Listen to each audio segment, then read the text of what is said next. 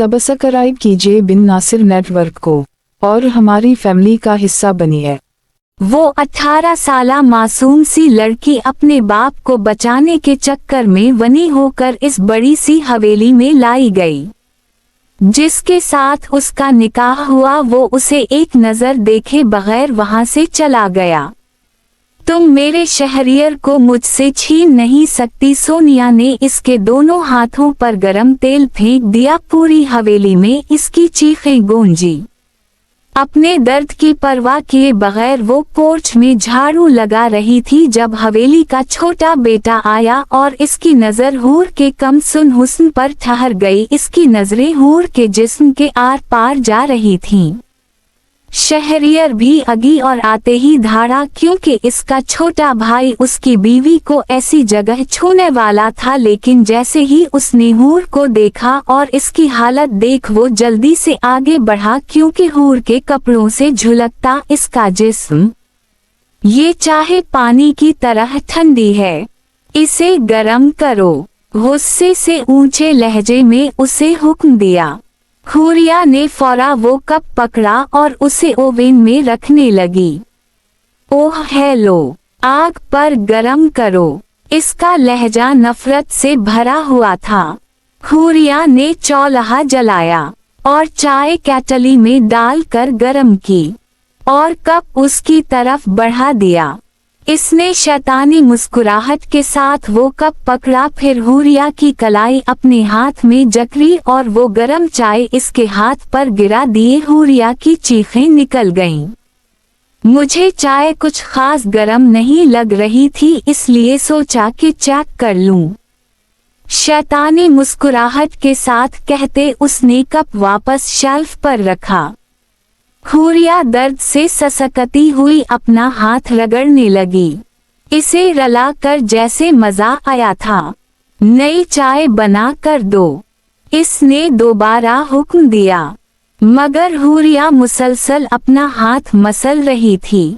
तुम्हें सुनाई नहीं दे रहा, बहरी हो क्या? वो गुस्से से गरजी। हुरिया ने बेबसी से उसे देखा। मेरा हाथ दर्द कर रहा है और एक हफ्ते बाद अपनी तकलीफ किसी को बता रही थी, मगर शायद जानती नहीं थी कि सामने वाली तो पत्थर दिल है। अच्छा, तुम्हारा हाथ दर्द कर रहा है, निहायत हिकारत से कहते हुए आगे बढ़ी और हुरी का दूसरा हाथ पकड़कर गरम केटली पर रख दिया। एक बार फिर हुरिया की चीखें निकल गईं। उसे अपने जिस्म से जान निकलती हुई महसूस होने लगी। दोनों हाथ आग में जले थे। उसे अपने हाथ अंगारा होते महसूस हुए। इसने हुरी को बालों से पकड़ा। चीखो, तड़पो, ससको, तुम्हारी चीखें मुझे सुकून दे रही हैं। मुझसे मेरे शहरियर को छीना है ना, अब देखो तुम्हारा क्या हाल करती हो। गांव के सारे लोग उस वक्त जिरगा में मौजूद थे, तो वहीं सरदार अमीन सुल्तान सरदारी की कुर्सी पर बैठे संजीदगी से सामने खड़े उस शख्स को देख रहे थे जिनको दो लोगों ने पकड़ रखा था। सारा गांव खामोशी से ये मंजर देख रहा था। खून बहा का बदला अभी लिया जाएगा। मेरा जवान पोता मारा गया है और मैं सरदार होने की हसीयत से ये फैसला सुनाता हूँ कि अभी उस वक्त इस शख्स को सजाए मौत सुनाई जाती है। सरदार साहब की आवाज भरे मजमे में गूंजी, गोया सबको सांप सूंघ गया था। उनका जवान पोता कत्ल किया गया था, ये कोई मजाक नहीं था। इस खामोशी को एक खूबसूरत आवाज ने तोड़ा। नहीं, प्लीज मेरे बाबा को छोड़ दो। सबके चेहरे बेयकीनी से पीछे मुड़े और इस आदमी का खून खुश्क हो गया।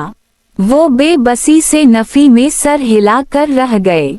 वो बुआ से अपना आप आजाद करवाती सारे हुजूम को चैरती हुई भागी और अपने बाप के सीने से आ लगी और इसके बाप को लगा किसी ने उसके जिस्म से जान निकाल दी हो। उनकी बेटी यहाँ तक कैसे आ गई? नहीं, ये नहीं होना चाहिए था। बाबा आप ठीक हैं ने? उसने अपने आंसू साफ करते पूछा। और मजबूर और लाचार बाप को अपने सर पर अब आसमान फटता महसूस होने वाला था। यहाँ से जाओ बेटा, तुम्हें यहाँ नहीं आना चाहिए था। उनकी आवाज खौफ से कांप उठी, मगर वो रोती हुई नफी में सर हिला रही थी। क्यों नहीं आती? मैं आपको कुछ नहीं होने दूंगी। सरदार की तो आंखें चमक उठें। हुरिया, जाओ यहाँ से। इस बार उसका बाप कुछ दरिश्ती से बोला। वो सहम कर पीछे हटी। इसके बाबा ने 18 सालों में एक बार भी इससे इस तरह बात नहीं की थी। बुआ, इसे लेकर जाएं। इन्होंने कुछ फासले पर खड़ी बुआ को हुक्म दिया, मगर सरदार साहब ने हाथ के इशारे से रोक दिया। तो ये तुम्हारी बेटी है? इन्होंने सर पैर इसका जायजा लिया, जो खुद को बड़ी सी काली चादर में छुपाए खड़ी थी। इसकी खूबसूरत आवाज के अलावा सिर्फ आंखें नजर आ रही थीं, और वो थी हल्की भूरी आंखें। ऐसा लगता था जैसे मशरिक का सारा हुस्न उन आंखों में समा गया हो। इससे पहले वो उसकी तरफ बढ़ते, नहीं, चाहे मुझे जान से मार दे, मगर मेरी बेटी की तरफ किसी ने आंख उठाकर भी देखा तो मुझसे बुरा कोई नहीं होगा। उसका बाप गुस्से से चीखा। हुरिया मजीद खौफजदा हुई। उसने अपने बाप का ये रूप पहले कभी नहीं देखा था। हुरिया, जाओ यहाँ से। इन्होंने अपनी सुर्ख होती आंखों से उसे हुक्म दिया, मगर वो नफी में सर हिला रही थी। नहीं, आप भी मेरे साथ चले, मैं आपके बना कहीं नहीं जाऊंगी। वो दोबारा उनके सीने से लपट गई। सरदार साहब ने ये मंजर बहुत दिलचस्पी से देखा। अभी उसी वक्त इस शख्स को मौत के घाट उतार दो। सरदार का हुक्म देना था कि फौरा एक गार्ड ने गिन निकाल ली। हुरिया को अपना दम घटता हुआ महसूस हुआ। प्लीज नहीं, मेरे बाबा को छोड़ दो। बेशक मुझे मार दो, प्लीज नहीं। वो दोनों हाथ फैलाए अपने बाप को छुपाने की कोशिश करने लगी। सरदार साहब मुस्कुराते हुए आगे बढ़े। अपने बाप को बचाना चाहती हो तो तुम्हें कुर्बानी देनी होगी। उनके चेहरे की मुस्कुराहट में कुछ था कि हुरिया के बाप को अपने जिस्म से जान निकलती हुई महसूस हुई। हुरिया ने बिना सोचे समझे इस बात में सर हिलाया। तो फिर टू बी कंटिन्यू। हमेशा के लिए अपने बाप से दूर रहना पड़ेगा। हुरिया को अपने गले में आंसुओं की गीली गेंद अटकती हुई महसूस हुई। फिर आप मेरे बाबा को कुछ नहीं कहेंगे? इसने जैसे तरदीद चाही। सरदार साहब ने नफी में सर हिलाया। बिल्कुल, अगर तुम मेरी बात मानोगी तो अभी उसी वक्त तुम्हारे बाबा को छोड़ दिया जाएगा। एक तीखी नजर इस मजबूर और लाचार बाप पर डाली, जिसकी आंखों से आंसू निकलते चेहरा भिगो रहे थे। नहीं हुरिया, तुम ऐसा कुछ नहीं करोगी। इस बाप की रूह तड़पी थी, मगर हुरिया को तो इनकी जिंदगी बचानी थी। आप जो कहेंगे मैं करूंगी। और इस मासूम की किस्मत का फैसला एक लम्हे में हो गया। वो वापस हुजूम की तरफ पलटे। मैं अभी उस वक्त ये फैसला सुनाता हूँ कि हमें खून बहा में जान नहीं अबवनी चाहिए। किसी ने इस बाप की रूह अधीर दी। वो पूरे कद से जमीन बोस हुए, जिस्म से जान निकलती हुई महसूस हुई। और अगले आधे घंटे में हुरिया ज़ीशान की जिंदगी बदल गई। वो किसकी बीवी बनी उसे तो ये भी नहीं पता था। बस उसने खाली जहन के साथ निकाह के लिए हाँ कह दिया। इसे दोनों तरफ से मुलाजमाओं ने पकड़ रखा था। एक आखिरी नज़र अपने बाप पर डालकर वो हमेशा के लिए चली गई। बुआ भागती हुई आई और ज़ीशान साहब के पास बैठी। भाई साहब, आप ठीक तो हैं? वो बच्चों की तरह जमीन पर हाथ रखे रो रहे थे। मेरी बच्ची चली गई बुआ। वो मासूम भेड़ियों के जाल में जा फंसी है। मैं सारी जिंदगी उसे दरिंदों से बचाता आया और आज मैंने उसे खो दिया। मुझ जैसे कमज़र्फ बाप को तो वैसे ही मर जाना चाहिए। ये सोच ही सुहान रूह थी कि जिस बेटी को इतने नाजों से पाला उसे कोई छीन कर ले जा चुका है। बुआ ने बहुत मुश्किलों से इन्हें वहां से उठाया और उनके घर की तरफ लेकर गईं। कौन जाने इस मासूम की किस्मत में क्या लिख दिया गया था। गाड़ियां एक सफ़ेद सतूनों वाली हवेली में दाखिल हुईं। मुलाजिमा की तकलीद में वो गाड़ी से बाहर निकली। हवेली बहुत खूबसूरत थी, सालों पुरानी, अपनी खूबसूरती की मिसाल आप थी। 3 मंजिला सफ़ेद रंग की वो जदी पशती हवेली थी। एक तरफ गार्डन था तो दूसरी तरफ पोर्च और बाएं तरफ स्विमिंग पूल और जम हाल था। अचानक इसे मुलाजिमा ने बाजू से पकड़ा और घसीटने के अंदाज से इसे लेकर अंदर बढ़ी। हुरिया को अपने बाजू में तकलीफ की लहरें उठती महसूस होने लगें। अंदर दाखिल होने पर ही बहुत बड़ा हाल था। एक तरफ तख्त था जिस पर कोई बूढ़ी औरत बैठी थी। दूसरी तरफ 2 जवान लड़कियां बैठी थीं। नौकरानी ने हुरिया को इस बूढ़ी औरत के कदमों में लाकर धक्का देने के अंदाज से फेंका। बीबी जी, ये कातिल की बेटी है, वनी होकर इस हवेली में आई है। वो उनके कदमों में गिर गई। नौकरानी की बात सुनी थी कि वो औरत गुस्से से उठी। हुरिया के बालों को गद्दी से पकड़ा और इसके चेहरे पर थप्पड़ों की बरसात कर दी। वो मासूम तो उन सब के लिए तैयार ही नहीं थी। उसके बाप ने आज तक इस पर हाथ उठाना तो दूर, कभी ऊंची आवाज नहीं किसी थी। इसका सारा चेहरा थप्पड़ों से लाल हो गया, शायद होंठ का किनारा भी फट गया था। सफेद दूधिया गाल सुर्ख हो गए। वो उसे पे दर पे थप्पड़ मार रही थी कि वो अपना बचाव तक नहीं कर पा रही थी। मेरे जवान बेटे को मुझसे छीन लिया। तेरे कातिल बाप के हाथ नहीं कांपे। वो वहशत ज़दा चीखें। हुरिया का चेहरा आंसू से भीग गया।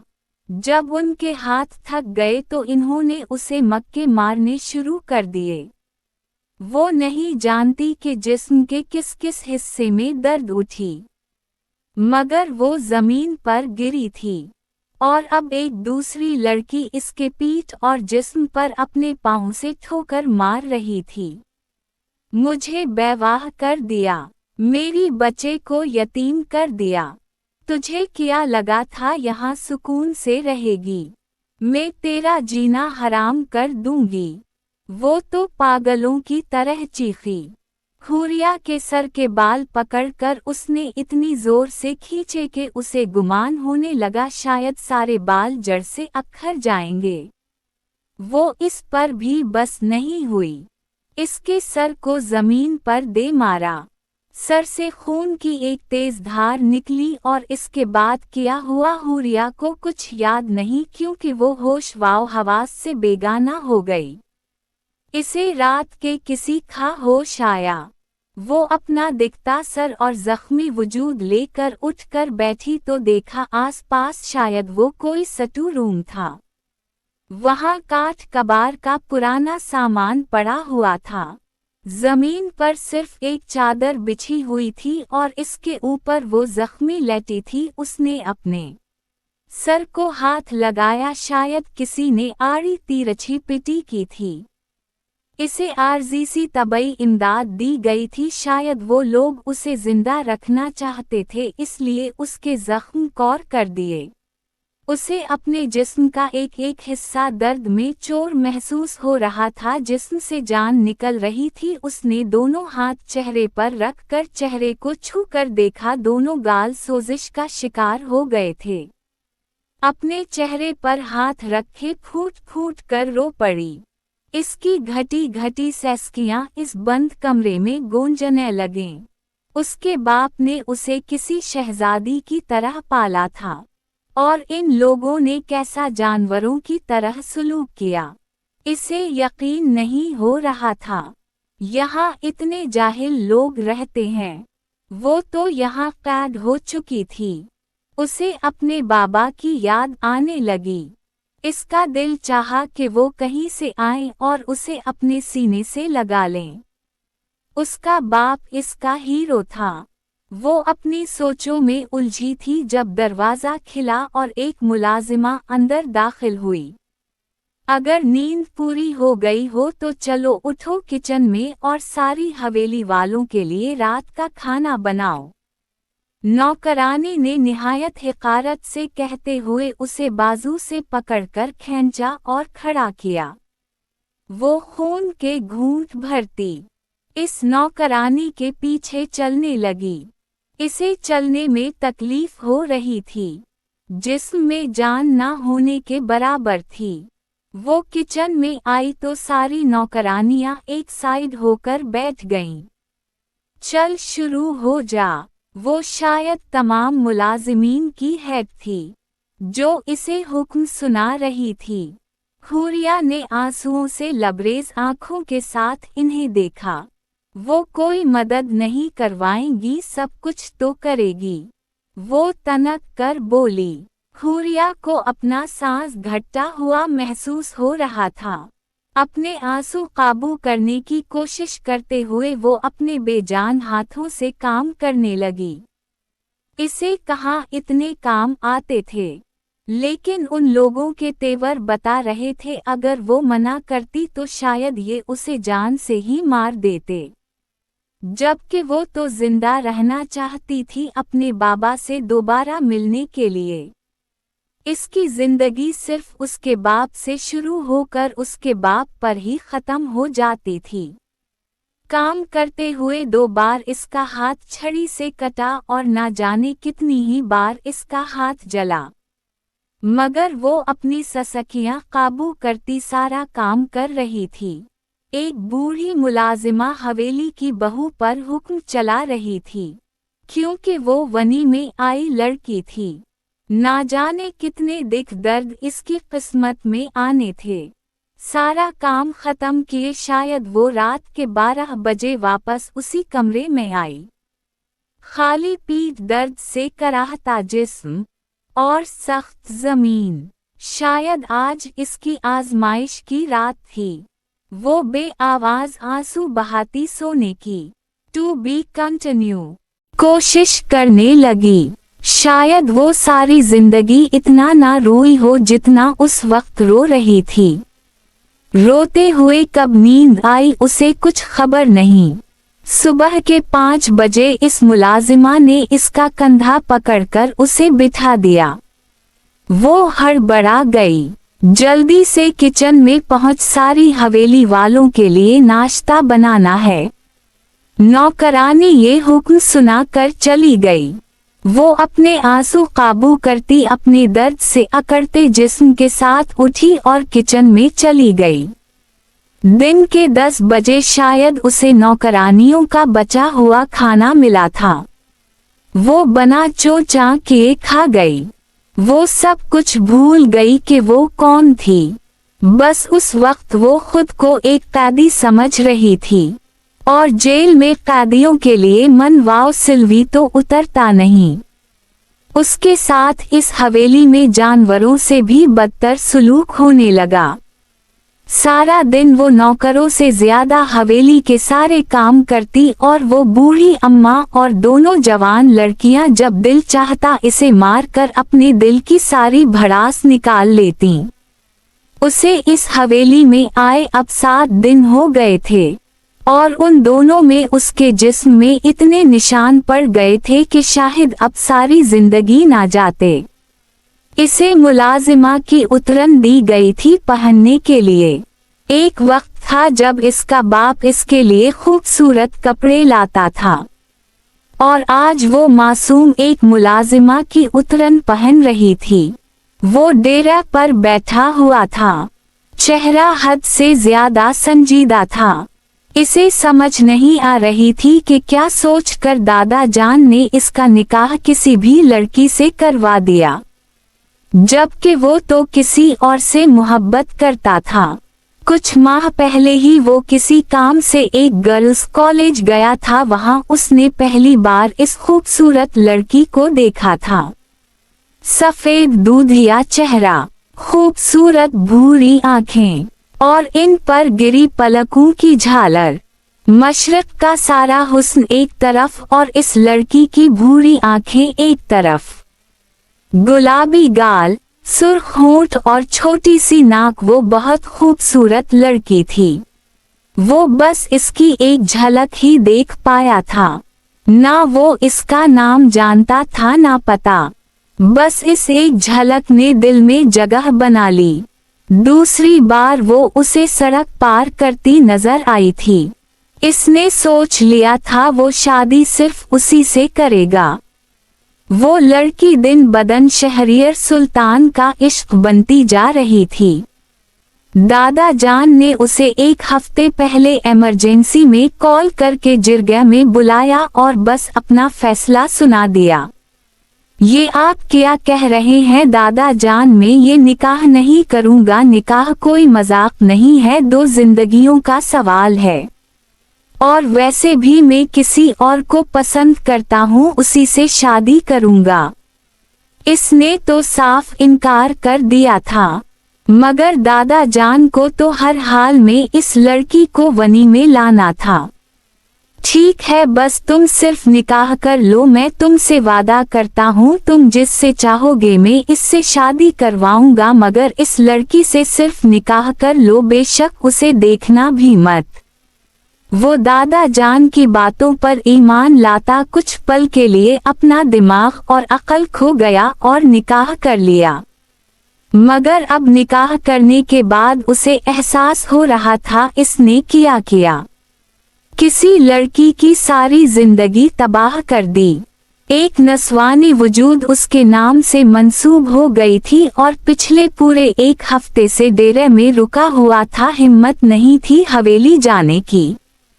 ठीक है, उसे किसी से मोहब्बत थी, मगर उन सब इस लड़की का कसूर थोड़ी ना है जो उसके निकाह में थी। उसके दिल में अजीब सा दर्द उठ रहा था। बहुत हिम्मत करके उसने फैसला किया और खुद को इस लड़की के रूबरू लाने के लिए वो डेरे से निकला और गाड़ी को हवेली की जानिब मोड़ा।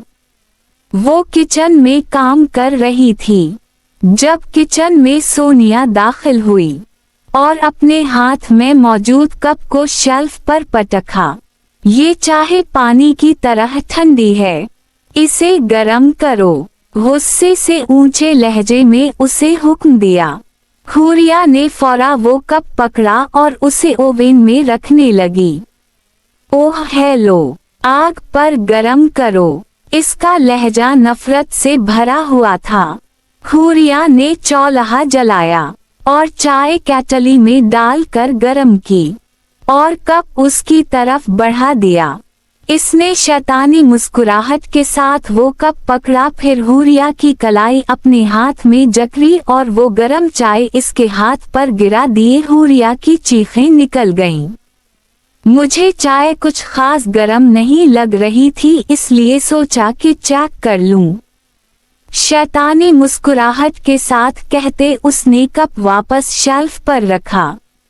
हुरिया दर्द से ससकती हुई अपना हाथ रगड़ने लगी। इसे रला कर जैसे मजा आया था। नई चाय बना कर दो, इसने दोबारा हुक्म दिया। मगर हुरिया मुसलसल अपना हाथ मसल रही थी। तुम्हें सुनाई नहीं दे रहा, बहरी हो क्या? वो गुस्से से गरजी। हुरिया ने बेबसी से उसे देखा। मेरा हाथ दर्द कर रहा है। और एक हफ्ते बाद अपनी तकलीफ किसी को बता रही थी, मगर शायद जानती नहीं थी कि सामने वाली तो पत्थर दिल है। अच्छा, तुम्हारा हाथ दर्द कर रहा है, निहायत हिकारत से कहते हुए आगे बढ़ी और हूरी का दूसरा हाथ पकड़कर गरम केटली पर रख दिया। एक बार फिर हूरिया की चीखें निकल गईं, उसे अपने जिस्म से जान निकलती हुई महसूस होने लगी। दोनों हाथ आग में जले थे, उसे अपने हाथ अंगारा होते महसूस हुए। इसने हूरी को बालों से पकड़ा। चीखो, तड़पो, ससको, तुम्हारी चीखें मुझे सुकून दे रही हैं। मुझसे मेरे शहरियर को छीना है ना, अब देखो तुम्हारा क्या हाल करती हो। इसे बालों से पकड़कर बाहर लाई। हूरिया ने बहुत हिम्मत करते खुद को छुड़वाने की कोशिश की। उसने गुस्से से हूरिया का सर दीवार में दे मारा। इस मासूम की चीखें एक बार फिर निकली थी। सर से खून का फवारा अबलता हुआ बाहर निकला। सोनिया, शहरियर सुल्तान की दाढ़ ने हवेली के दरवाज़ दीवार हिला दिए। वो बेयकीनी और गुस्से से चीखा था। कुछ पल के लिए तो सोनिया के हवास भी साकत हुए। वो भागता हुआ आगे बढ़ा और हूरिया के बेजान जिस्म को पकड़ा। वो इसकी बाहों में ही बेहोश हो गई। इसके सर से खून निकलकर बहने लगा और जैसे ही शहरियर खान की नजर हूरिया के चेहरे पर गई, इसके सर पर जमीन व आसमान घूमने लगे। वो फतर होती निगाहों से इस लड़की को अपनी ही हवेली में दिखता रह गया। ये लड़की तो वही थी जिसे शहरियर सुल्तान शहर के कोने कोने में ढूंढ रहा था। इसे जैसे यकीन ही ना आया। अपनी मोहब्बत को आंखों के सामने देखकर वो सुन रह गया। फिर बहुत देर बाद अपने सुन होते हाथ उठाए और हूरिया के गाल को छू कर देखा, जैसे महसूस करना चाहा हो कि वो वाकई हवेली में मौजूद है। फिर जैसे उसे होश आया, जल्दी से हूरिया के गले से दोपट्टा निकाल कर इसके सर से निकलते खून पर रख कर जोर से दबाया ताकि खून का बहा रुक जाए। सकीना, सकीना, वो गुस्से से दाढ़ा था। 2 मिनट में हाथ बांधे मुअद्दब सी सकीना सामने आकर खड़ी हुई। कौन है ये लड़की और हवेली में क्या कर रही है? इसे जैसे यकीन नहीं आ रहा था, इसलिए अपना शक दूर करने के लिए पूछा। सकीना के तो छक्के छूट गए, चेहरे पर पसीने के कतरे नमूदार हुए। क्या बकवास कर रहा हूँ मैं? वो गुस्से से धाड़ा। वो साईं, ये लड़की वनी में आई है, उसकी कांपी आवाज निकली और शहरियर खान के सर पर आसमान बहुत जोरों से फटा था या कदमों से जमीन सरकी थी। उसे अपने सर पर सारी हवेली की छत गिरती महसूस हुई। बेयकीनी से उसका चेहरा देखा। इस हवेली में सिर्फ एक ही लड़की वनी में आई थी और वो थी शहरियर सुल्तान की बीवी। इसे यकीन नहीं हो रहा था। जिस लड़की को रो रो कर दुआओं में मांगा, वो उसकी बीवी बन चुकी थी। शायद यही किस्मत का खेल था। वो होश में आया। अगले ही पल हूरिया को अपनी बाहों में उठाकर वो अपने कमरे की जानिब बढ़ गया। रुक जाओ शहरियर। इससे पहले वो सीढ़ी पर कदम रखता चची की आवाज ने उसे रोक दिया। वो रुका जरूर मगर पलटा नहीं। ये लड़की वनी में आई है। भूलो मत वनी की क्या हसीत होती है। तुमसे अपने कमरे की जीनत बनाने के बारे में सोचना भी मत। इन्होंने काफी तेज लहजे में कहा। शहरियर ने बहुत मुश्किल से अपना गुस्सा जब्त किया। ये शहरियर सुल्तान की बीवी है। मुझे अपनी बीवी के साथ कैसा सलूक करना है आपसे जानने की जरूरत नहीं। और वो मेरे कमरे में जाएगी, हिम्मत है तो मुझे रोक कर दिखाएं। वो सारी बात को एक ही जुमले में समेटता हुआ ऊपर चला गया। इसका लहजा बहुत मजबूत था। सोनिया ने गुस्से से फ्लावर वाज जमीन पर दे मारा। वो उसे अपने कमरे में लाया। बेड पर लेटाने के बाद सबसे पहले इसके सर पर पिटी की, फिर इसके सुर्ख होते हाथ देखे। यकीना वो जले थे। इन पर भी दवा लगाई। एक नजर इसके सारे हुलिया पर डाली। उसने बहुत ही नामुनासिब लिबास पहन रखा था। ढीले कहते जैसे उसे पहनने के लिए मजबूर किया गया हो। इसकी हालत चीख चीख कर बता रही थी कि इस पर कितना तशद्दुद किया गया है। पता नहीं उसे एक हफ्ते से कितना मारा गया और वो कैसे अनजान रह गया। वो अपनी बीवी को कैसे इन औरतों के दरमियान छोड़ गया। सबसे पहले उसे अपने अल्लाह का शुक्र अदा करना था, फिर वो इसके लिए कुछ अच्छे कपड़े मंगवाएगा। अभी वो चोट के जेर असर बेहोश थी। वो आधी रातों को उठकर दुआओं में सिर्फ इस लड़की को मांगता था। और आज किस्मत तो देखो, वो लड़की अनजाने में ही उसकी बीवी बनकर इसकी जिंदगी में आ चुकी थी। वो खुद से अहद कर चुका था कि अब अपनी बीवी पर एक खराश भी नहीं आने देगा, मगर वो तो ये भी नहीं जानता था कि बीवी का नाम क्या है। कोई बात नहीं, आपके होश में आने तक मैं बीवी ही कह लूंगा। इसके पास बैठा वो अपनी सरमई आंखों में मुस्कुराहट लिए बोल उठा। To be continued. कुछ घंटों में तो हवेली के हाल में एक तमाशा लग चुका था। सरबराही कुर्सी पर दादा जान बैठे थे तो उनकी दाएं तरफ चची बैठी थी। साथ ही चची की बेटी सोनिया और इसकी भाभी थी। सामने वाली कुर्सी पर शहरियर सुल्तान बैठा था। इसे तो अब तक यकीन नहीं आ रहा था कि उसकी बीवी के साथ ये सुलूक किया गया, क्योंकि वो खून बहा में आई एक लड़की थी। चाहे वो खून बहा में आई एक लड़की ही थी, फिर भी किसने आपको हक दिया कि आप मेरी बीवी के साथ ऐसा सुलूक करें? वो अब कुछ गुस्से में चची से पूछ रहा था। तुम शायद भूल रहे हो, मेरे बेटे की कातिल है वो। चची भी पागलों की तरह चीखें।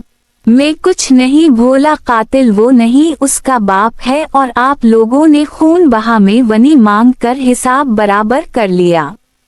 अब मैं किसी को ये हक नहीं दूं कि मेरी बीवी के साथ ऐसा वहशी सुलूक किया जाए। शहरियर सुल्तान की दाढ़ काफी थी सबके मुंह बंद होने के लिए, मगर वो होते हैं ना कुछ लोग जिन पर किसी चीज का असर नहीं होता। तुम शायद भूल रहे हो शहरियर सुल्तान, इस लड़की के बाप ने मुझे बेवा किया है और मेरे बच्चे को यतीम कर दिया, और तुम अब भी इसकी तरफदारी कर रहे हो। ये लाइबा थी चची की बहू जो जवान लड़का मारा गया, इसकी बेवा। मैं कुछ नहीं भूला, मैं सिर्फ अपनी बीवी की हिफाजत कर रहा हूँ। आप लोगों ने सोच भी कैसे लिया कि मेरे पीछे ये सब करेंगी और मैं कुछ नहीं कहूँगा? जो कुछ हो चुका वो आप सब लोगों के लिए काफी। आज के बाद अगर किसी ने मेरी बीवी की तरफ आंख उठाकर भी देखा तो उस शख्स का इस हवेली में आखिरी दिन होगा। ये शहरियर सुल्तान आप सबको जबान देता है। सोनिया का तो खून ही खोल उठा। वो औरत वनी में आई है और वनी में आई हुई लड़कियों को बीवी नहीं बनाया जाता। वो इस हवेली में मुलाजिमा की तरह रहती हैं और आपकी मंगेतर में हूँ, शायद आप भूल गए। सोनिया अपना गुस्सा जब्त किए आहिस्ता आवाज में गरजी। शहरियर ने मुट्ठियां भैंचकर अपना गुस्सा काबू किया। ये क्या वनी वनी लगा रखा है? क्या निकाह कोई मजाक है? निकाह का मतलब एक मर्द और औरत का मुकम्मल रिश्ता है। मैंने निकाह किया है, कोई मजाक नहीं, और वो मेरी बीवी है। और रही दूसरी बात, सोनिया बीबी, तो किस मंगनी की बात कर रही हो? वो जो तुम खुद जबरदस्ती मेरी मंगेतर बनी बैठी हो ना, तो आज मैं तुम्हारी गलत फहमी दूर कर देता हूँ। मेरा तुमसे ना कोई रिश्ता था ना कभी होगा। समझ गई या आसान अल्फाज में समझाऊं कि अगर तुम दुनिया की आखिरी लड़की भी हुई तो भी तुमसे शादी ना करता। निहायत हिकारत से कहते हुए वो उठ खड़ा हुआ। सकीना, सकीना, गुस्से से मुलाजिमा को आवाज देने लगा। 2 मिनट बाद सकीना हाजिर हुई। सूप बनाकर मेरे कमरे में लाओ। इसे हुक्म सुनाता वो उठा और ऊपर अपने कमरे की जानिब बढ़ गया। पीछे सोनिया अपने आंसू काबू करती रह गई। दादा जान, आप देख रहे हैं ये सब? दादा जान ने हाथ के इशारे से उसे खामोश करवा दिया। जवान खून है, कुछ दिन ऐश करने दो। हवेली की बहू तुम ही बनोगी। सोनिया की आंखों की चमक वापस आ गई। ये सुल्तानों की हवेली थी। अमीन सुल्तान के 2 बेटे थे, एक वहाज सुल्तान, दूसरा मिन्हाज सुल्तान। वहाज सुल्तान की बीवी राबिया बेगम, उनके 2 बेटे और 1 बेटी थी। सबसे बड़ा 25 साला शहरियर सुल्तान, इससे छोटा 23 साला वलीद सुल्तान और 22 साला बेटी नमरा सुल्तान थी। मिन्हाज सुल्तान की बीवी रजिया, उनके 2 बच्चे थे, बड़ा 26 साला सईद सुल्तान और 23 साला बेटी सोनिया सुल्तान। सईद सुल्तान के कत्ल की वजह से हुरिया उस वक्त हवेली में वनी होकर आई थी।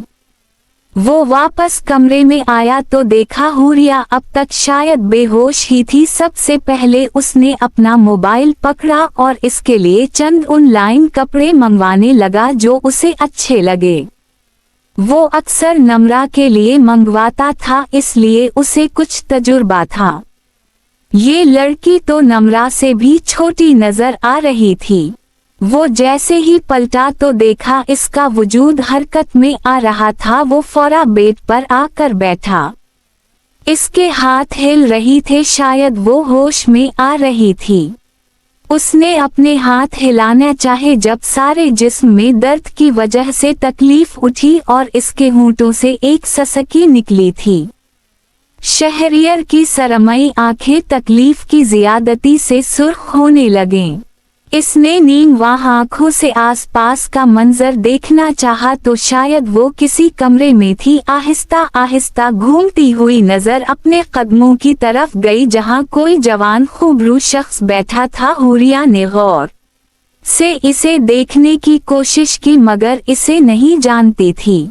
6 फीट से निकलता कद, सरमई आंखें, सर पर काले बाल, हल्की सी बैरड और पुरकशिश चेहरा, सफेद सोट में वो बैठा उसे ही देख रहा था। वो जो कोई भी था बहुत ही खूबसूरत था। शायद हुरिया ने इससे ज्यादा खूबसूरत मर्द पूरी सारी जिंदगी नहीं देखा था।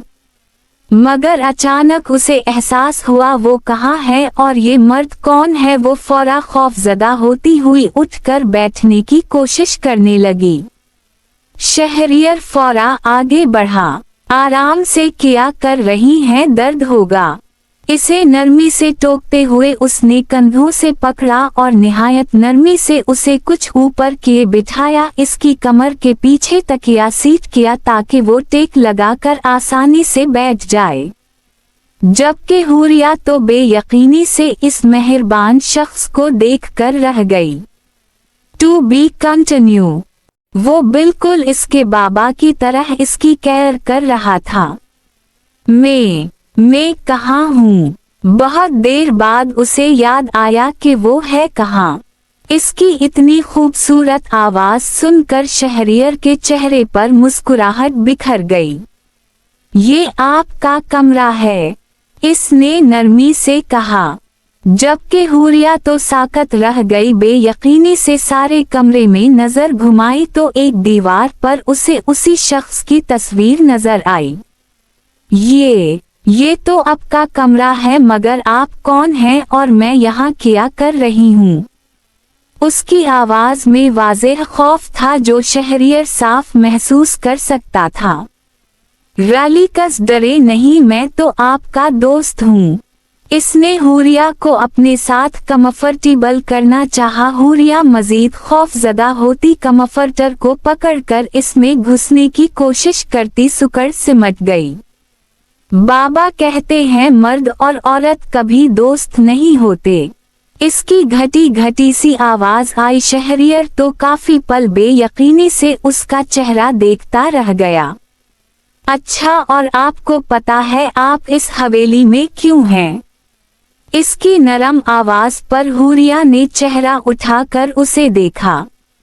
वो सब मेरे बाबा को कातिल कह रहे थे और इन्हें मारने वाले थे। मुझे अपने बाबा की जान बचानी थी, इसलिए वो लोग मुझे यहाँ ले आए।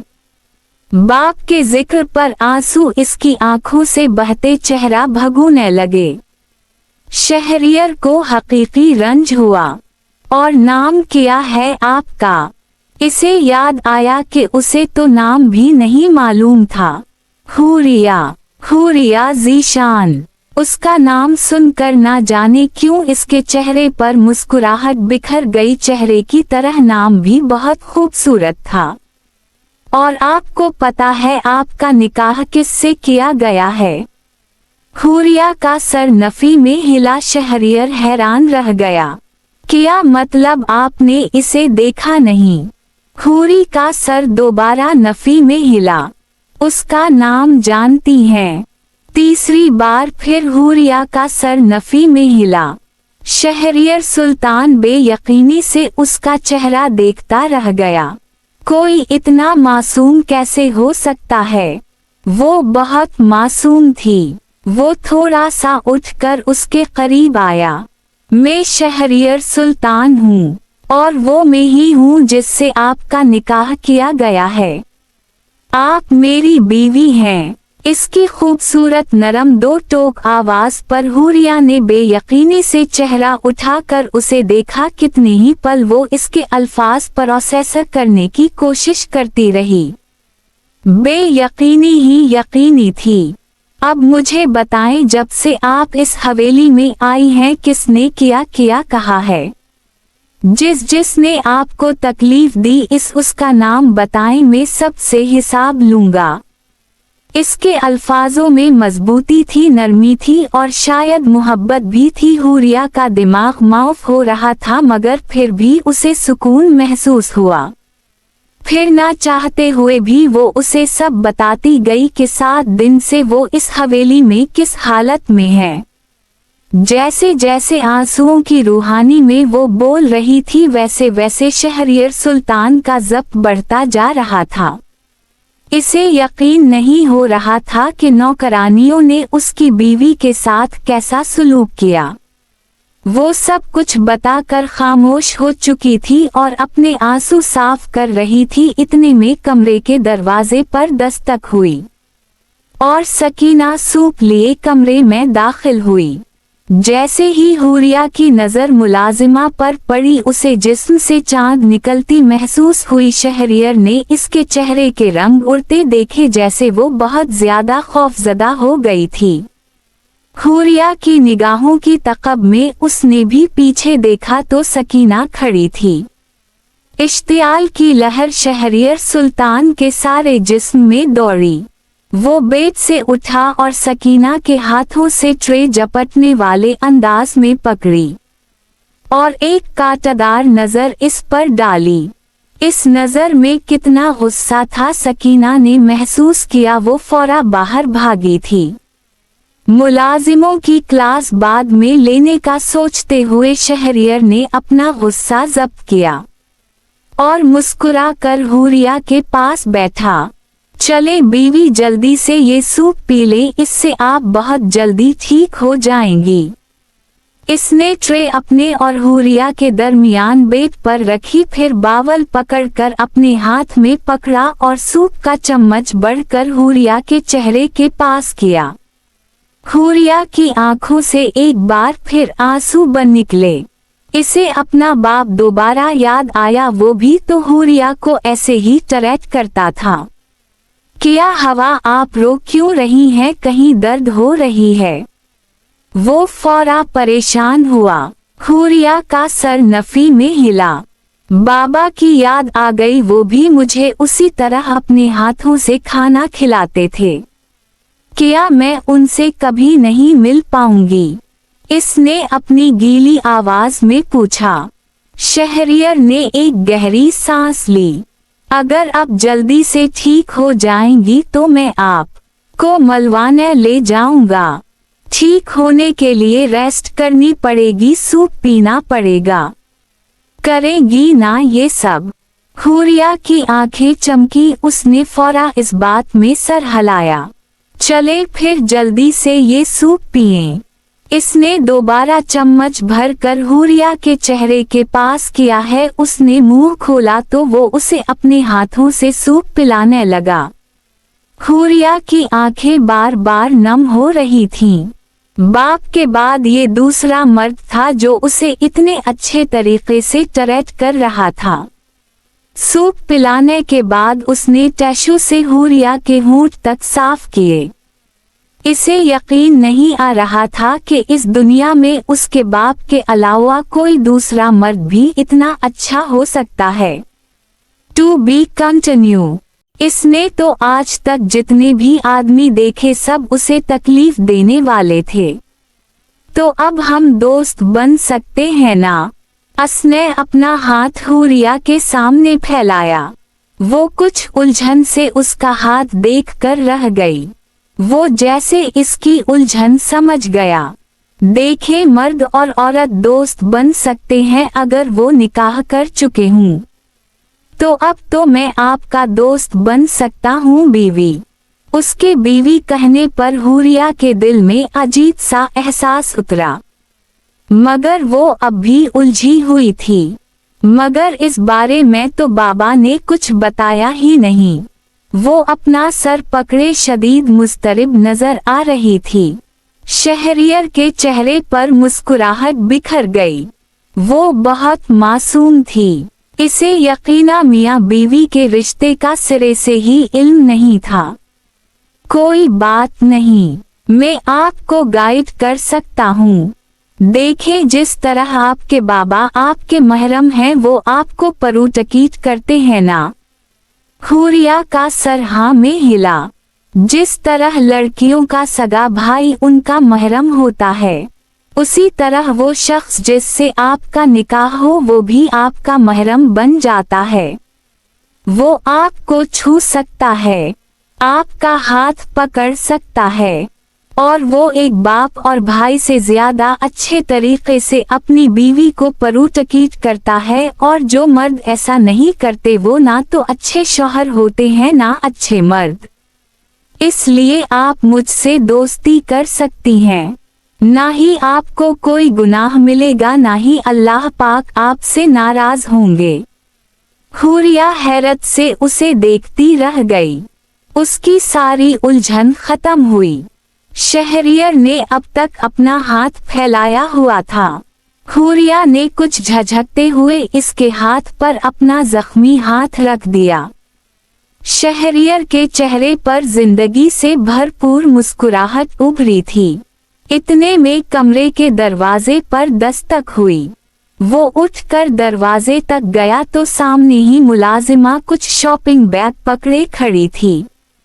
शहरियर ने बना कुछ कहे वो सब पकड़ लिए और दरवाजा बंद किए वो वापस बेड तक आया। हुरिया ने कुछ हैरानी से इतने सारे शॉपिंग बैग देखे जो वो इसके पास रख रहा था। उन सब में आपके लिए कुछ कपड़े और जूते हैं। फिलहाल तो मैंने थोड़ी सी चीजें मंगवाई हैं। आपकी चोट ठीक हो जाएगी ना तो फिर हम साथ शॉपिंग करने चलेंगे।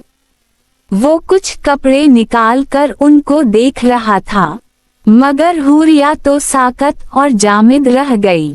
इसे यकीन नहीं आ रहा था कि वो इतने महंगे कपड़े पहनेगी। बेयकीनी ही बेयकीनी थी। इसे तो ये सब ख्वाब लग रहा था। वैसे आपका फेवरेट कलर कौन सा है बीवी? उसकी आवाज से हुरिया का सकता टूटा। पर्पल। शहरियर मुस्कुराया। ओके, तो फिर आप अपनी पसंद का कलर पहनेंगी। उसने इन सारे कपड़ों में से एक पर्पल जोड़ा निकाला। ये कपड़े आपके लिए मुनासिब नहीं हैं।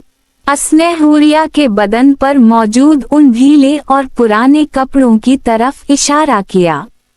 ये ले चेंज कर लें, और अगर आप चाहें तो नीम गर्म पानी से शावर भी ले सकती हैं, इससे अच्छा महसूस होगा। वो ड्रेस वहीं रखता हुआ हूरिया के पास आया, जो हैरत से उसे मुंह खोले देख रही थी। आए, मैं आपको वॉशरूम तक छोड़ आता हूँ। इसे सहारा देकर उठाया। हूरिया ने कदम जमीन पर रखे। वो उसे साथ लेता वॉशरूम में आया, फिर इसका ड्रेस लाकर वॉशरूम में हिंग कर दिया।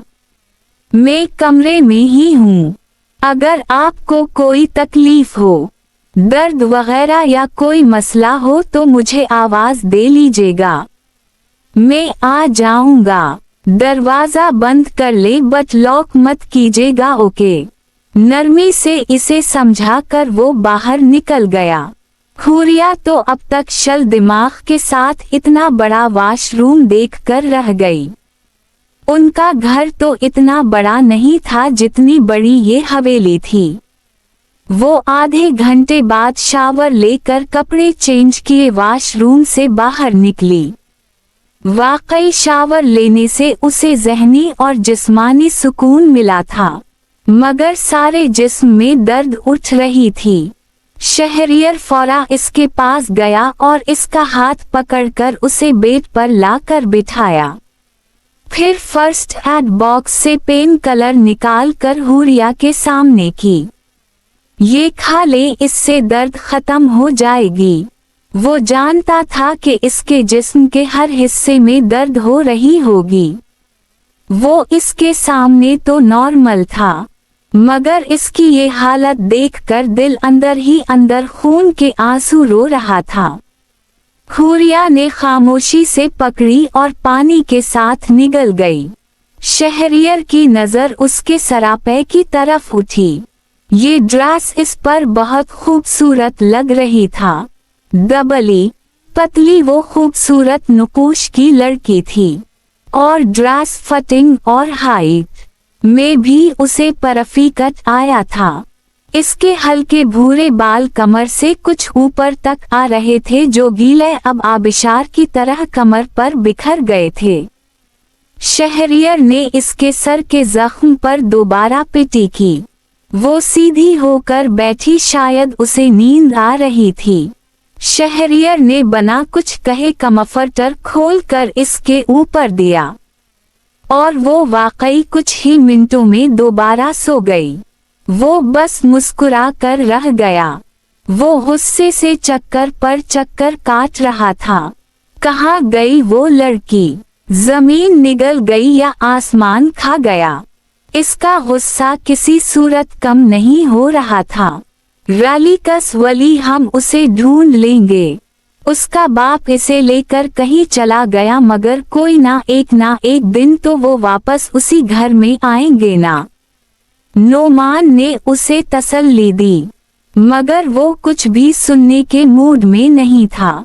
एक बार मेरी नजर जिस लड़की पर पड़ जाए और ये दिल जिस पर आ जाए, उसे तो मैं हासिल करके ही रहता हूँ। मुझे वो लड़की हर हाल में चाहिए। आंखें लाल अंगारा हो रही थीं। यार इतना गुस्सा मत हो, गुस्सा होने से क्या होगा। नोमान ने इसके कंधे पर हाथ रखा, मगर उसने फौरा वो हाथ झटक दिया। नहीं, मुझे वो अभी चाहिए। वैसी खूबसूरत लड़की मैंने अपनी सारी जिंदगी नहीं देखी। अच्छा भला हाथ आई थी। मैं इसे अपना बनाने ही वाला था कि उसका बाप दरमियान में आ गया और उसे मेरे शिकंजे से बचा कर ले गया। मगर कसम खाता हूँ, इस लड़की के जिस्म पर मैं इतने जख्म बनाऊंगा कि इसके बाप को पता चल जाएगा कि वली के शिकंजे से उसका शिकार छीनना कितना महंगा पड़ेगा। पहले तो मुझे वो सिर्फ एक रात के लिए चाहिए थी, मगर अब मुझे तब तक सुकून नहीं आएगा जब तक वो लड़की के सर से लेकर पाँव तक मेरी वहशत से सच ना गई। इसकी रूह को अधीर दूंगा, एक बार हाथ आने दे। वो गुस्से से पागलों की तरह चीखा था। इंसान जब दरिंदा बन जाए तो इसकी इंसानियत खत्म हो जाती है। कभी दरिंदों को भी रहम करते देखा है, और नोमान उसे इतने गुस्से में देखकर अब अंदर तक लरस गया था और खुदा से इस लड़की की हिफाजत की दुआएं करने लगा। वो जैसा भी था मगर खुद भी इसकी बहन थी। वो दूसरों की बहन बेटों की इज्जत के साथ खेलने वाले का दोस्त था। अब इसे अपनी दोस्ती पर दिख हो रहा था। वो दोनों इस वक्त एक क्लब में थे। वली वहां से उठा और टेबल तक आकर शराब का ऑर्डर किया और इस हराम जाम को अपने हलक से नीचे उतारता हुआ वो इस एक लड़की के बारे में सोच रहा था जो उसके चुंगल से बचकर निकल गई। आना पर ज़र्ब लगी थी, शिकार हाथ आकर निकल गया। आज तक जिस लड़की पर भी इसका दिल फिसला वो खुद इसके के बिस्तर की जीनत बनी थी, मगर वो एक वाहिद लड़की जो उसे देखना भी गवारा नहीं कर रही थी। सर पर बदले का भूत सवार था। वो मासूम सी लड़की क्या बदले की नजर हो जाएगी। जारी है ये। 2 घंटे बाद दोबारा इसकी आंखें खल गईं। कमरे में सिर्फ नाइट बल्ब जल रहा था। वो अचानक खौफजदा हुई थी। इतने बड़े कमरे में वो अकेली थी। अगर उन औरतों या नौकरानियों में से किसी ने दोबारा आकर उसे मारा तो। इसने कमरे में शहरियर को ढूंढना चाहा मगर सारा कमरा खाली था। दोस्त, दोस्त, वो खौफजदा होती उसे आवाजें देने लगी। वो जो बालकनी में खड़ा था फौरा भागता हवा कमरे में आया। क्या हवा बीवी, आप ठीक है ना? इसके पास बैठकर उसने हूरिया के गाल पर हाथ रखा, जिसकी आंखें भीग गई थीं। वो आप यहाँ नहीं थे, मैं डर गई थी। वो सो करती बोली। शहरियर ने सुकून की सांस ली और मुस्कुराकर उसे देखा। रालिकस में यही बालकनी में था। आप सो रही थीं।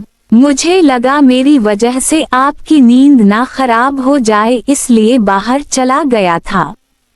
इसने नरमी से वजाहत देते हूरिया के आंसू अपने हाथ से साफ किए। हूरिया अब भी खौफजदा थी। वैसे आप डर क्यों गई थीं? वो जैसे इसकी उलझन एक पल में ही समझ गया था। वो मुझे लगा शायद आपके जाने के बाद वो मुझे दोबारा ना मारें। शहरियर की आंखों में हैरत उभरी। कौन, किसकी बात कर रही हैं? वो किससे इतनी खौफजदा थी? वो जो बूढ़ी औरत है ना, वो भी बहुत मारती है और वो दोनों लड़कियां भी और वो सकीना भी बहुत गुस्सा करती है। वो मासूमियत से बताते हुए फूट फूट कर रो पड़ी। शहरियर के सीने में कोई खंजर पैवस्त हुआ था। वो आगे बढ़ा और उसके मजीद नजदीक बैठा। रालिकस बीवी, आप रोएं तो मत, और अब मैं कहीं नहीं जाऊंगा, आपके पास ही हूँ और आपको कोई औरत कुछ नहीं कहेगी। मैं हूँ ना आपके साथ। किसी में इतनी हिम्मत नहीं कि अब वो शहरियर सुल्तान की बीवी को आंख उठाकर भी देख सके। उसने एक एक लफ्ज आंखों में आग की चिंगारियां लिए अदा किया। हूरिया रोना भूल कर हैरत से उसे देखने लगी। शहरियर ने दोबारा नरमी से इसके चेहरे से आंसू साफ किए। इसके लमस से हूरिया समटी थी। शहरियर ने महसूस किया वो इनकम्फर्टेबल हो रही थी, इसलिए फौरा उसने अपने हाथ पीछे कर लिए। इसे पहले हूरिया को अपने साथ कम्फर्टेबल करना होगा। अच्छा, आप ये बताएं कि आप इस गांव में कैसे आए और आपका घर कहाँ है। शहरियर को बहुत से सवाल परेशान कर रहे थे। हुरिया को तो उसने शहर में देखा था, फिर वो गांव में कैसे आई। हुरिया ने इस बार खुद अपना चेहरा साफ किया। मैं और बाबा शहर में रहते हैं। बाबा एक ऑफिस में जॉब करते हैं और बुआ मेरे पास घर में होती थी। शहरियर हैरान हुआ। और आपकी माँ? उसने बेसाख्ता ये सवाल पूछा था, मगर हुरिया की आंखों में नमी बहुत तेजी से जमा हुई। मैंने अपनी मामा को कभी नहीं देखा। बाबा ने बताया था कि जब मैं उस दुनिया में आई तब उनकी डेथ हो गई थी। वो चाह कर भी अपने लहजे को गीला होने से रोक ना पाई। शहरियर की आंखों में नमी उभरी। वो इतनी मासूम क्यों थी, अब उसे समझ आ गई। वो बना माँ के पली बड़ी थी। बाबा मुझसे बहुत प्यार करते थे। खुद अपने हाथों से मेरे बाल बनाते थे, खुद खाना खिलाते थे। हम शहर के छोटे से घर में बहुत खुश थे। आपको पता है, हमारा आबाई घर यहाँ पास दूसरे गांव में है। अक्सर मैं बाबा के साथ छुट्टियों में वहाँ आती थी। और शहरियर को ये समझ आ गई कि वो गांव में क्यों थी। वो बोलती जा रही थी, वो खामोशी से सुन रहा था। मुझे छोटी सी चोट भी लगती तो बाबा परेशान हो जाते थे। सब कुछ अच्छा जा रहा था। मैं डॉक्टर बनना चाहती थी, क्योंकि बाबा ने बताया था कि गांव के हॉस्टल में कोई लेडी डॉक्टर नहीं थी, इसलिए वो मेरी मामा को बचा नहीं पाए। अगर कोई डॉक्टर होती तो मेरी मामा का इलाज टाइम पर हो जाता। बात करते साथ वो मुसलसल रो रही थी और शहरियर के सीने में दर्द उठती जा रही थी। इसे बहुत ज्यादा तकलीफ महसूस हो रही थी। इसलिए मैंने खुद से वादा किया कि मैं डॉक्टर बनकर गांव के हॉस्पिटल में काम करूंगी, ताकि मेरी तरह कोई और बच्चा अपनी माँ से जुदा ना हो सके। मैंने FSC की हुई है। कुछ माह बाद रिजल्ट आएगा, मगर अब शायद मैं डॉक्टर ना बन सकूं। मेरा ख्वाब कभी पूरा नहीं होगा। वो चेहरे पर हाथ रखे अपनी हिचकियां काबू करने की कोशिश में थी। शहरियर ने बहुत मुश्किल से अपने हाथों को रोका, वरना इसका बस ना चला कि इसकी रोती आंखों में से सारे आंसू गायब कर दे। किसने कहा अब आप डॉक्टर नहीं बन सकेंगी? मैं आपको डॉक्टर बनाऊंगा। मैं आपके ख्वाब पूरे करूंगा। शहरियर की मजबूत और संजीदा आवाज पर हुरिया ने बेयकीनी से अपना चेहरा उठाकर उसे देखा। मगर आप ये सब क्यों करेंगे? इसे इतनी हैरत हुई कि हद नहीं। शहरियर ने नरमी से उसका हाथ पकड़ा। हुरिया ने बेयकीनी से अपने हाथ को उसके मजबूत हाथ में देखा। क्योंकि आप मेरी बीवी हैं, आपकी हर ख्वाहिश और हर ख्वाब को पूरा करने की जिम्मेदारी मेरे सर है। मैं आपकी हर ख्वाहिश पूरी करूंगा। बस एक छोटी सी शर्त है। हुरिया की आंखों में बेयकीनी थी, जो साफ शहरियर देख सकता था। कैसी शर्त? उसकी जबान लड़खड़ाई थी। शहरियर के हाथ में मौजूद इसका हाथ ठंडा पड़ रहा था। आपको सारी जिंदगी मेरे साथ रहना होगा। रहेगी मेरे साथ। शहरियर ने इसके हाथ पर हल्का सा दबाव दिया। हुरिया का हाथ कांप उठा। वो कुछ भी कहने के काबिल ना रही। कुछ समझ ही नहीं आ रही थी कि क्या कहे। मैं इसे समझ ना आई वो क्या कहे। कोई जल्दी नहीं, आप सोच समझकर जवाब दे सकती हैं। हुरिया ने एक पुरसुकून सांस ली। शहरियर ने नरमी से उसका हाथ छोड़ दिया। अच्छा, अब ये बताएं कि गांव में क्या हुआ था। क्या सच में आपके बाबा ने मेरे चचा के बेटे को मारा है? वो नरमी से पूछ रहा था, मगर हुरिया के चेहरे पर खौफ के साए फैले। इसका सर नफी में हिला। नहीं, इन्होंने जानबूझकर नहीं मारा। वो मुझे बचा रहे थे। वो शख्स मेरा हाथ जबरदस्ती पकड़कर मुझे पता नहीं कहाँ लेकर जा रहा था।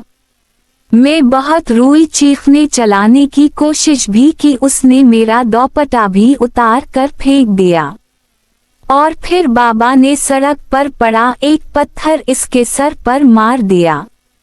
मैं सच कह रही हूँ, मेरे बाबा ने उसे नहीं मारा, वो सिर्फ मुझे बचा रहे थे।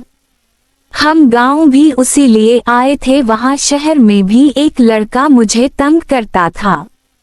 जैसे जैसे हुरिया आंसू की रवानी में बोल रही थी, शहरियर का चेहरा सफेद पड़ता जा रहा है। वो जो बता रही थी, शहरियर सब समझ गया था। क्या हुआ था शहर में सब बताएं। उसने बहुत मुश्किल से खुद पर काबू पाते सवाल पूछा, क्योंकि इसे सब तफसील में जानना था। ये 2 माह पहले की बात है। 2 माह पहले ही सब शुरू हुआ था। वो दोनों भागती हुई सड़क क्रॉस कर रही थीं। आज तुम्हारी वजह से लेट हो गए, बुआ परेशान हो रही होंगी।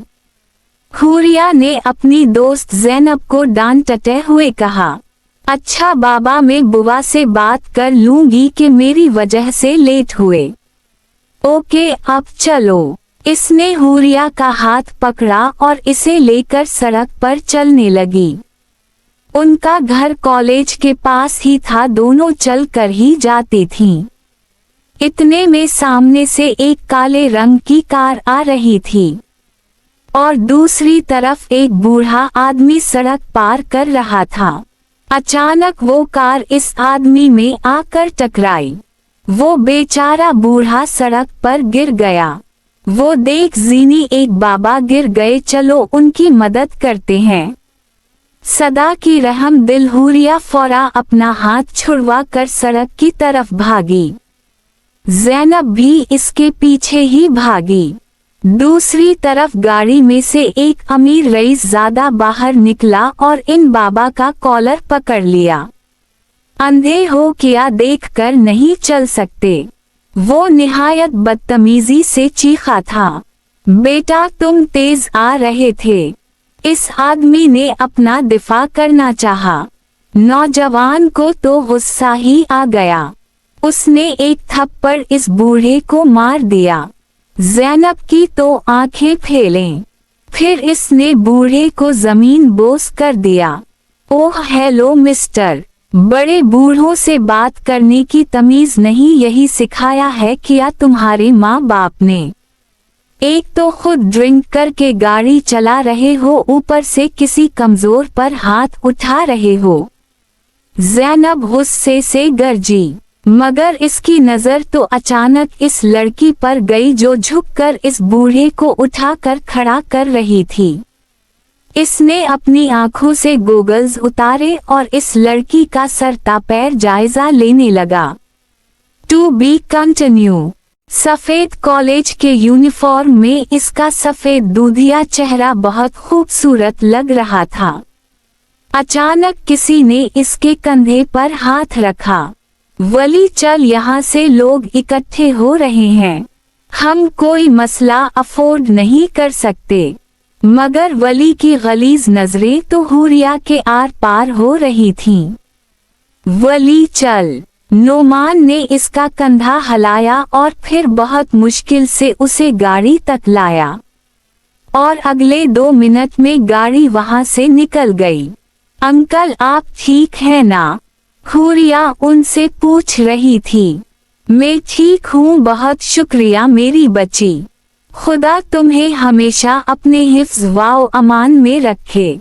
इन्होंने हुरिया के सर पर हाथ रखकर उसे दुआ दी। हुरिया खलकर मुस्कुराई थी। फिर इसके बाद इन दोनों ने अंकल को सड़क पार करवाई और घर के लिए निकल गईं। कितने ही दिन वो हुरिया की सरापे में खोया रहा।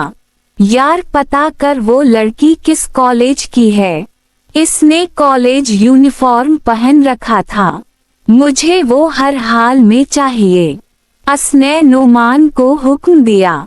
मगर वली, अगर मगर कुछ नहीं, तुझे जितना कहा है इतना कर, मुझे वो चाहिए। इसका हुस्न मुझे कुछ भी सोचने समझने नहीं दे रहा। एक हफ्ते बाद नोमान खाली हाथ इसके सामने खड़ा था। शहर में बहुत सारे कॉलेज हैं, मैं उसे कैसे ढूंढूं?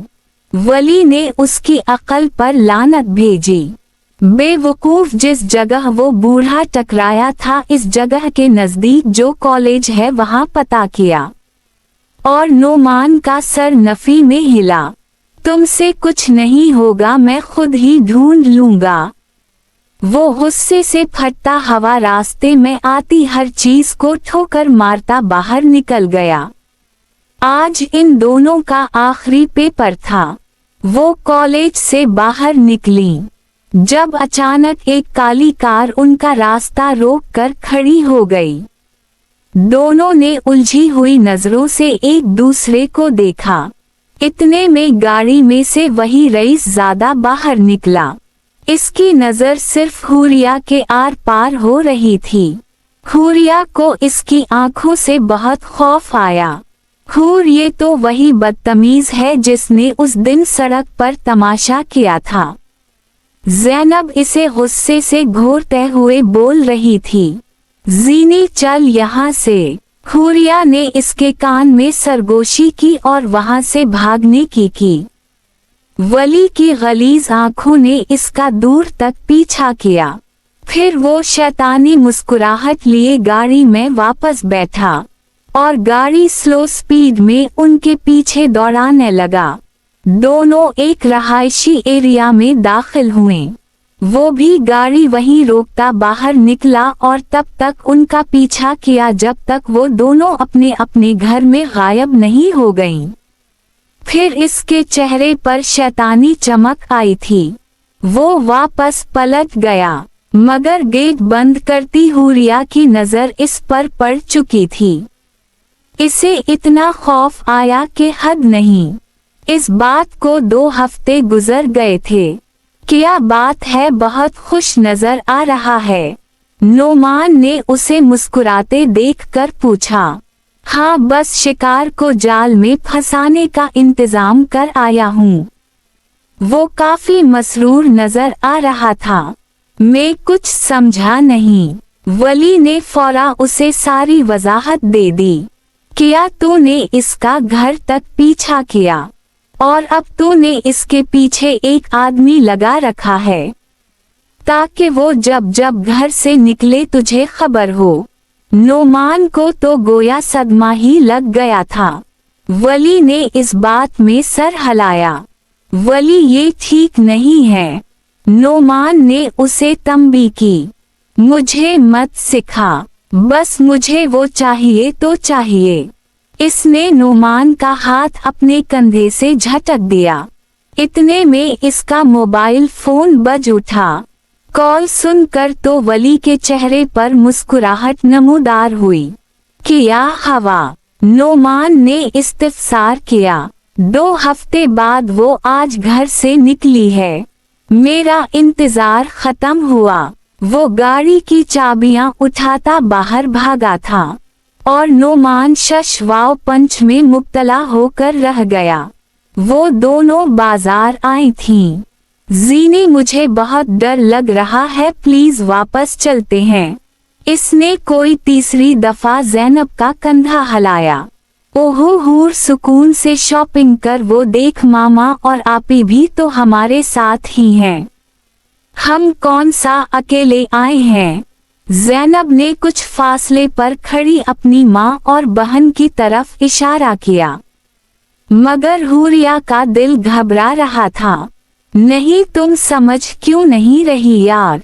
मुझे लगता है कोई हमारा पीछा कर रहा है। तुझे वो कार वाला याद है? ज़ैनब कुछ हैरान हुई। क्यों, क्या हवा? वो भी ठटकी थी। इस दिन मैंने उसे अपने घर के बाहर देखा था। यार मुझे बहुत डर लग रहा है, प्लीज वापस चलते हैं। वो अभी ये सब बता ही रही थी जब अचानक उनके पास एक गाड़ी आकर रुकी और दूसरे ही लम्हे गाड़ी में से 3 लोग बाहर निकले और इन्हें कुछ भी सोचने समझने का मौका दिए बगैर हुरिया को घसीटकर गाड़ी में डाला। इस उफ्ताद से ज़ैनब जमीन पर जा गिरी। अगले ही पल वो गाड़ी वहां से निकल गई। ज़ैनब होश में आई जमीन से उठी और फौरा पीछे भागी। वहीं पास खड़े रिक्शा में ही वो बैठ गई। भाई प्लीज इस गाड़ी का पीछा करो, वो मेरी दोस्त को जबरदस्ती ले गए। इसने जल्दी से रिक्शा वाले को हुक्म दिया। इन्होंने हुरिया के चेहरे पर कुछ रखा, शायद कोई कपड़ा था, और कुछ ही पलों में वो होश व हवास से बेगाना हो गई। वो इसे लेकर शहर से कुछ फासले पर एक फार्म हाउस में आए। बोस काम हो गया है, लड़की ले आए हैं। इनमें से एक शख्स ने वली के सामने हाथ बांधे खुशखबरी सुनाई। वली की गलीज आंखों में चमक उभरी। बहुत खूब, तुम लोग जा सकते हो। वो सर हिलाते बाहर निकल गए। रिक्शे वाली ने रिक्शा कुछ फासले पर ही रोक दिया। शकर था ज़ैनब के पास उस वक्त फोन था। उसने जल्दी से अपने पर्स से अपनी माँ का मोबाइल निकाला और बना देर किए ज़ीशान साहब का नंबर डायल किया और इन्हें सारी सूरत हाल बताकर पुलिस के साथ इस जगह पहुंचने का कहा। वो कदम कदम चलता हुरिया के पास आया, फिर पास पड़े जुग से पानी ग्लास में अनदीला और एक ही झटके में सारा पानी हुरिया के चेहरे पर फेंक दिया। वो हड़बड़ा कर होश में आई थी। कुछ पल बाद जब हवास बहाल हुए तो उस शख्स को अपने इतने पास देखकर उसे बदन से जान निकलती महसूस हुई। कौन हो, मुझे यहाँ क्यों लाए हो? वो खौफजदा सी आवाज में सवाल पूछती पीछे खिसकने लगी, मगर वली ने उसकी ये कोशिश नाकाम बना दी और दूसरे ही पल इसकी नाजुक मोमी कलाई अपने हाथ में पकड़ ली। तुम तो वाकई हूर हो, इतनी नाजुक, नरम और खूबसूरत हूर मैंने तो अपनी सारी जिंदगी में नहीं देखी। इसके मुंह से गुलाजत निकलने लगी। हुरिया को उसके लमस से बहुत ज्यादा खौफ आया। प्लीज छोड़ो मुझे, दूर रहो। वो सिसकते हुए इससे इल्तिजा करने लगी। ओह दारलनग, छोड़ दूंगा, सिर्फ एक रात, इसके बाद तुम आजाद। हुरिया को इसकी बात खाक समझ न आई। प्लीज छोड़ो, मुझे बाबा के पास जाना है। वो हाथ पांव मारने लगी। वली को अब गुस्सा आ रहा था। इसने दूसरे हाथ से हुरिया का मुंह दबोचा। कहा, ना, जब तक मैं ना चाहूं तुम यहाँ से कहीं नहीं जा सकती। अपनी सुर्ख अंगारा आंखें वो इसकी आंखों में गाढ़े धारा। हुरिया को अपनी रूह जिस्म से निकलती महसूस हुई। इसका चेहरा शिद्दत से सुर्ख हुआ। वली के हाथ की उंगलियां इसके चेहरे पर छप गईं। वो मासूम तो मुजाहमत तक नहीं कर पा रही थी। नहीं, प्लीज छोड़ो। वो अपनी पूरी ताकत से चलाई थी और अगले ही पल वली का भारी हाथ उठा और हुरिया के चेहरे पर थप्पड़ दे मारा। इसे जिंदगी में पहली दफा किसी ने थप्पड़ मारा था। तुम ऐसे नहीं समझोगी, गुस्से से कहते उसने हुरिया का दोपट्टा खींचकर जिस्म से दूर किया। हुरिया को क़यामत आती हुई महसूस होने लगी। वो नासमझ जरूर थी, मगर औरत में ये हिस्स होती है कि वो हर मर्द की नज़र और इरादा समझ जाती है। नहीं, वो रोते हुए नफी में सर हिलाने लगी। वली ने उसकी कमीज का गला एक झटके में खींचा था और इसका आधा बाजू और कंधे का कुछ हिस्सा बरहना हो गया। To be continue. हुरिया को क़यामत आती हुई महसूस होने लगी। वो नासमझ जरूर थी, मगर औरत में ये हिस्स होती है कि वो हर मर्द की नज़र और इरादा समझ जाती है। नहीं, वो रोते हुए नफ़ी में सर हिलाने लगी। वली ने उसकी कमीज का गला एक झटके में खींचा था और इसका आधा बाजू और कंधे का कुछ हिस्सा बरहना हो गया। इससे पहले वो हुरिया के ऊपर झुकने की कोशिश करता, मोबाइल फोन की चिंगारी आवाज ने माहौल में सांस पैदा किया। वो बदमजा होता मोबाइल को उठाकर कान से लगाया। वली जल्दी निकल वहां से, पुलिस फार्म हाउस तक पहुंच गई है। नोमान की बात सुनकर वली की आंखों में हैरत उभरी। दूसरे ही पल उसने हुरिया के चेहरे पर थप्पड़ों की बरसात कर दी। तो तुम्हारे पीछे पुलिस यहाँ तक आ गई, आज तो तुम नहीं बचोगी। वो गुस्से से फट पड़ा। इससे पहले वो हुरिया को मजीद कोई नुकसान पहुंचाता, अचानक किसी ने वली के सर पर कुछ दे मारा और वो एक झटके से जमीन बोस हुआ। वार इतना जोरदार था कि वो कुछ ही पलों में बेहोश हो गया। हुरिया ने बेयकीनी से पीछे खड़े इस मर्द को देखा। वो नोमान था। उसने एक ही झटके में हुरिया का दोपट्टा उठाकर इसकी तरफ फेंका।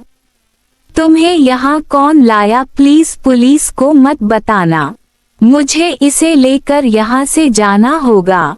तुम इस शहर से गायब हो जाओ, यहाँ से कहीं भी चली जाना। अगर अपनी इज्जत की हिफाजत चाहती हो तो ये शहर छोड़ देना, वरना ये तुम्हारे घर तक पहुंचकर तुम पर दोबारा हमला करेगा। पुलिस को कुछ मत बताना। वो संजीदगी से हुरिया को हिदायत देता हुआ वली को उठाकर निकल गया। कुछ ही पलों बाद ज़ैनब के साथ ज़ीशान साहब अंदर दाखिल हुए। उनके साथ पुलिस भी थी। हुरिया को इस हाल में देखकर ज़ीशान साहब को अपने सर पर आसमान फटता महसूस हुआ। जमीन पर गिरी हुई जिस हाल में थी, कोई भी कुछ भी समझ सकता था। इसका चेहरा थप्पड़ों से लाल था, होंठ का किनारा फट गया था, खून निकल रहा था। बाबा, इसने अपना हाथ उठाकर इन्हें मध्यम सी आवाज में पुकारा। उसी के साथ वो होश वाव हवास से बेगाना हो गई। इसकी आंखें हॉस्पिटल में खली थीं। डॉक्टर्स ने बता दिया था कि वो सेफ है, खतरे की कोई बात नहीं है। जिस शख्स ने भी उसे अगवा किया था वो अपने मंसूबे में कामयाब ना हो सका। इसने पुलिस को सिर्फ इतना ही बयान दिया कि वो जो कोई भी था उसने अपना चेहरा ढक रखा था। हुरिया उसे नहीं जानती थी और जब उसे पता चला पुलिस आ रही है तो वो भाग गया। दूसरी तरफ वाली अनगारों पर लौट-पोट हो रहा था। इसे नोमान ने इतना ही बताया था कि इस पर हमला करने वाला लड़की का बाप था। वो खुद भी एक बहन का भाई था और वो वली को किसी के साथ जबरदस्ती करता हुआ नहीं देख सकता था। इसके अंदर अभी इंसानियत बाकी थी, इसलिए उसने हुरिया की मदद की, मगर इस तरह की कि वली कभी जान ना पाए। इस वाकया को 2 दिन गुजर गए थे जब हुरिया ने सारा सच अपने बाप को बता दिया और ज़ीशान साहब ने लम्हों में फैसला कर लिया कि वो यहाँ से चले जाएंगे। उनके लिए अपनी बेटी से बढ़कर कुछ नहीं था। वो इसे लेकर गांव आ गए। बुआ उनके साथ ही थी। गांव आए इन्हें अभी 4 दिन ही हुए थे जब वो अपनी गांव में बनाई हुई सहेली मारिया के साथ खेतों में गई थी। चलो हुरिया, अमरूद और गन्ने खाने चलते हैं। इसने हुरिया का मूड बदलना चाहा, क्योंकि जब से हुरिया गांव आई थी काफी खामोश थी। हुरिया ने बाप से पूछा, इन्होंने कहा वो खुद साथ जाएंगे। फिर इस तरह वो गांव के खेतों में आ गई। मारिया और हुरिया कुछ फासले पर थी और उन दोनों के बाप एक साथ खड़े बातों में मसरूफ थे। हुरिया वहाँ कैनो लगे हैं, चलो कैनो खाने चलते हैं। मारिया गांव की हंसमुख लड़की थी, उम्र में तकरीबा हुरिया जितनी ही थी और सदा की वो चसकेबाज थी। हुरिया ने एक नजर अपने बाप को देखा। मैं बाबा से पूछ कर आती हूँ। मारिया ने इसका हाथ पकड़ लिया। नहीं चचा या अब्बा को मत बताना वरना डांट पड़ेगी, चलो अभी आ जाएंगे। वो हुरिया को मीना कर इस तरफ चली गई। वो खेत सड़क के दूसरी तरफ थे। वो दोनों सड़क पार कर रही थी जब सईद सुल्तान की गाड़ी बिल्कुल हुरिया के कदमों के पास आकर रुकी। हुरिया फौरा खौफजदा होती पीछे हुई थी। गाड़ी में से वो बाहर निकला और सरता पैर हुरिया का जायजा लिया। इसकी आंखों में बिल्कुल वैसे ही गुलाजत थी जैसी वली की आंखों में हुरिया के लिए थी। हुरिया को ना जाने क्यों बहुत ज्यादा खौफ महसूस हुआ। मारिया डर कर पीछे हुई थी क्योंकि वो सईद सुल्तान की उन गलीज आंखों से खुद भी बहुत डरती थी। वो हुरिया की तरफ आने लगा। हुरिया के कदम खुद ब खुद पीछे की तरफ होने लगे। कौन हो और तुम इस गांव में क्या कर रही हो? इसने कुछ सख्ती से पूछा। हुरिया कुछ भी कहने के काबिल ना रही। साईं, ये मेहमान है, शहर से आई है। मारिया ने हिम्मत करते अल्फाज अदा किए। सईद सुल्तान की आंखें चमकी थीं। वाह मेहमान, जरा हमें भी तो मेहमान नवाजी का मौका दिया जाए। गुलाजत बीतते हुए वो कुछ आगे बढ़ा। हुरिया बदक कर अछली थी। मारिया में इतनी हिम्मत ना हो सकी कि वो हुरिया की हिफाजत कर पाती। चलो हुरिया, वापस चलते हैं, अब्बा ढूंढ रहे होंगे। इसे समझ ना आई क्या कहे, मगर सईद सुल्तान की आंखें मारिया को कपकपाने पर मजबूर कर रही थीं। वो आगे बढ़ा और बहुत बेतकल्फी से हुरिया की कलाई हाथ में पकड़ ली। वो तो इस उस्तादा पर बुरी तरह बौखलाई।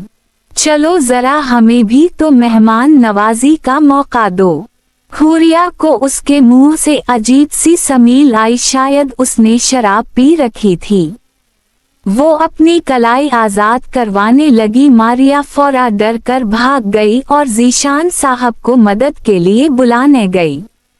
हुरिया मुसलसल अपनी कलाई छुड़वा रही थी। छोड़ो मुझे, छोड़ो। आंखों से आंसू निकलने लगे। वो यकीना नशे में था। हुरिया को पकड़कर अपनी गाड़ी की तरफ बढ़ा जब दरमियान में ही जीशान साहब आ गए। छोड़ो मेरी बेटी को। बाप का दिल तो तड़प उठा था। सईद ने एक धक्का जीशान साहब को मारा और दूसरे ही पल दोबारा हुरिया को लेकर गाड़ी की तरफ बढ़ा। वो मदद के लिए चीखने चलाने लगी। यहाँ ज्यादा सन्नाटा था, सिर्फ मारिया और उसका बाप ही पास खड़े थे। उन दोनों में इतनी हिम्मत नहीं थी कि वो सईद सुल्तान जैसे ताकतवर शख्स का मुकाबला कर सकते हैं। हुरिया ने अचानक इसके हाथ पर दांत गाड़ दिए। वो बदक कर अछला था और दूसरे ही पल इसका हाथ उठा था। उसने हुरिया के चेहरे पर एक थप्पड़ दे मारा। हुरिया का दोपट्टा झोलता हवा गले में आया और सईद ने गले में आया हुआ दोपट्टा भी खींचने की कोशिश की जब जीशान साहब ने गुस्से में सड़क के किनारे पड़ा एक पत्थर उठाकर पूरी कुव्वत से सईद के सर पर दे मारा। बाप था, अपनी बेटी की इज्जत इसे सबसे ज्यादा अजीज थी। सईद हुरिया को छोड़कर अपना सर पकड़ता हुआ वहीं जमीन पर गिरा। चोट काफी गहरी आई थी, इसलिए खून निकलने लगा। जीशान साहब हवास बाख्ता हुए, मगर उससे पहले इन्होंने हुरिया का हाथ पकड़ा और इसे लेकर फौरा घर की तरफ रवाना हुए।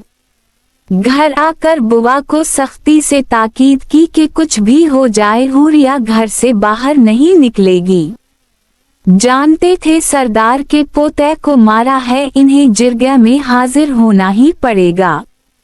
और वही हुआ। 4 दिन बाद जिरगा बुलाया गया और इन्हें मौत की सजा सुनाई जा रही थी जब कहीं से मारिया ने उसे बता दिया।